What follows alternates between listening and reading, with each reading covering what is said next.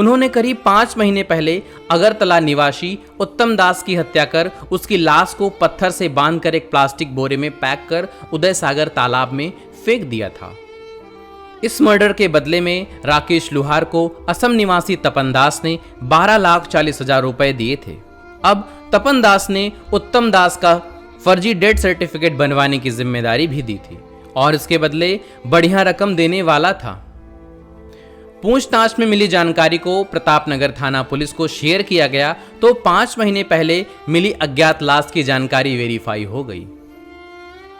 Police को यह पता चल गया था कि मरने वाला शख्स त्रिपुरा के अगरतला का रहने वाला उत्तम दास है, जिसकी उम्र 41 साल है और उसे मरवाने वाला शख्स भी तपन दास, उसकी उम्र भी 50 साल है। प्रतापनगर थाने से एक स्पेशल पुलिस टीम का गठन कर उन्हें तपन दास को पकड़वाने के लिए अगरतला भेजा गया। जब टीम वहां पहुंची तो हैरान रह गई। टीम जिस तपन दास को पकड़ने वहां पहुंची थी वो मृतक उत्तम दास का सगा बड़ा भाई था। तपन दास ने 5 महीने पहले अपने घर परिवार और रिश्तेदारों को यह बताया था कि उत्तम दास बिजनेस के काम से राजस्थान के उदयपुर गया था और वहीं उसकी कोरोना से मौत हो गई थी। उसने घर वालों को बताया कि कोरोना से मरने के चलते 100 को असम लाना संभव नहीं था, इसीलिए अंतिम संस्कार करके वहीं पर सारी सामाजिक और धार्मिक रस्में निभा दी गई थी। उदयपुर पुलिस ने लोकल पुलिस की मदद से तपन दास को पकड़ लिया। पूछताछ में उसने बताया कि उसका भाई उत्तम दास शराबी था। तपन दास के अपने छोटे भाई उत्तम दास की पत्नी रूपा से अवैध संबंध थे, जिसकी भनक उत्तम दास को लग गई थी और वो दोनों के बीच में रोड़ा बन रहा था। ऐसे में उसने और रूपा ने मिलकर उत्तम दास को खत्म करने का प्लान बनाया।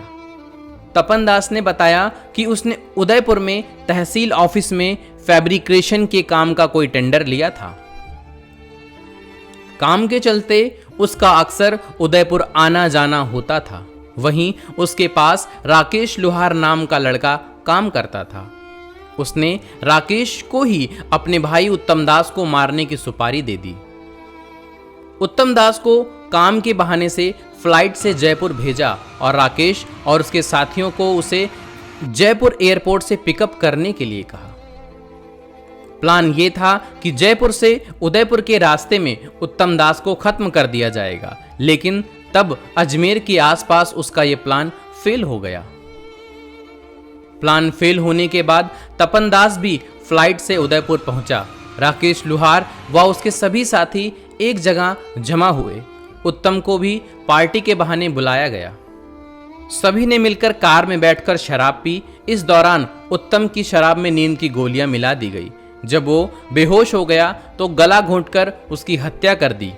इसके बाद उसकी लाश को पत्थर में बांधकर प्लास्टिक बैग में पैक कर उदय सागर तालाब में फेंक दिया गया।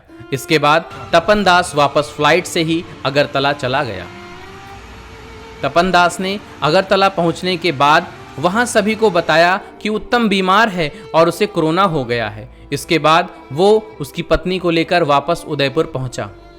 दोनों कुछ दिन उदयपुर में गेस्ट हाउस में रुके और जमकर अय्यासियां की। इसके बाद वापस अगरतला पहुंच गए।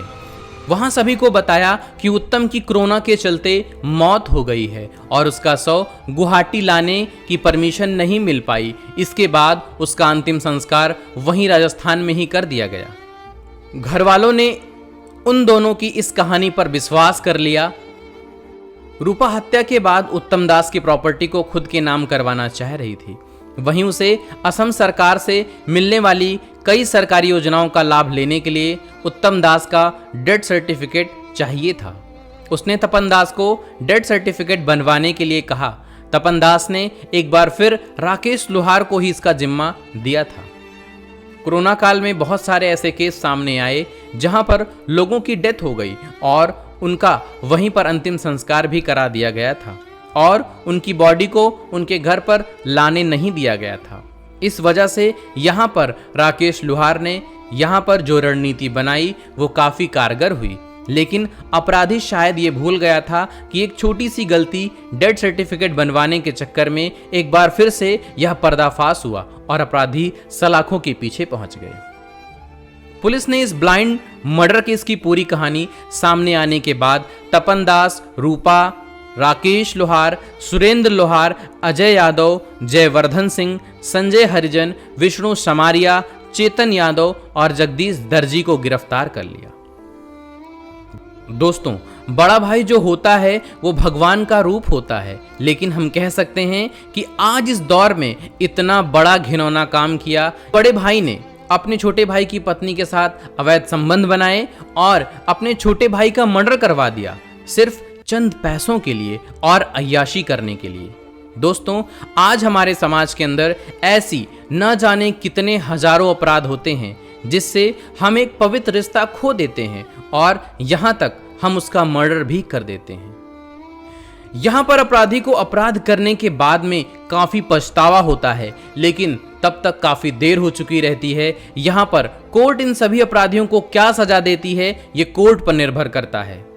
दोस्तों, आपके हिसाब से इन सभी अपराधियों को क्या सजा होनी चाहिए, कमेंट बॉक्स में हमें जरूर बताएं। दोस्तों, आज की सच्ची घटना जिसे हम सभी काफी कुछ सीखे होंगे और हम इसी तरीके से हर एक सच्ची घटना के बारे में हम आपको बताते रहेंगे। दोस्तों, अगर आपको हमारी वीडियो पसंद आती है तो चैनल को लाइक और सब्सक्राइब करें और इसी तरीके से हमारे इस चैनल क्राइम से अंजाम तक में बने रहने के लिए आपका बहुत बहुत धन्यवाद।